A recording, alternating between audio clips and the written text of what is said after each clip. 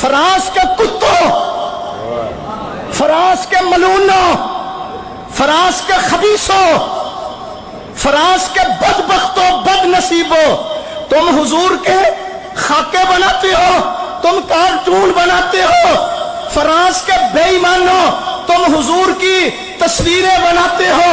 یاد رکھو، جو حضور کے خاکے بنائے گا وہ خاک ہو جائے گا، اوان و انصار خاک ہو جائیں گے، اس کے مددگار خاک ہو جائیں گے، لیکن حضور کی عظمت کا پرچم قیامت تک بلند رہے گا۔ آواز نہیں آئی مجھے، آواز نہیں آئی۔ پھر میں علماء کی موجودگی میں کہتا ہوں، پورے کائنات کے اندر اس وقت سب سے بڑا دہشت گرد فرانس کا صدر ہے، جس نے مسلمانوں کے دلوں کو مجروح کر دیا، حضور کی گستاخی کی ہے۔ میں اپنے ملک کے حکمرانوں سے بھی کہتا ہوں، چینی مہنگی کر دو، آٹا مہنگا کر دو، برداشت ہے، بل زیادہ دو، برداشت ہے، سوئی گیس بند کرو، برداشت ہے، ٹماٹر مہنگے کرو، آلو مہنگے کرو، یہ برداشت ہے، لیکن اس ملک کے اندر حضور کا گستاخ برداشت ہے؟ گستاخ کو برداشت ہے؟ نہیں کیا جائے گا۔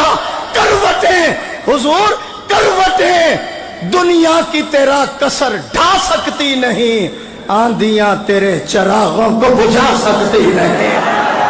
فرانس کے کتوں سن لو، جرمنی کے کتوں سن لو، جو میرے محبوب کے گستاخ خاکے بناتے ہیں۔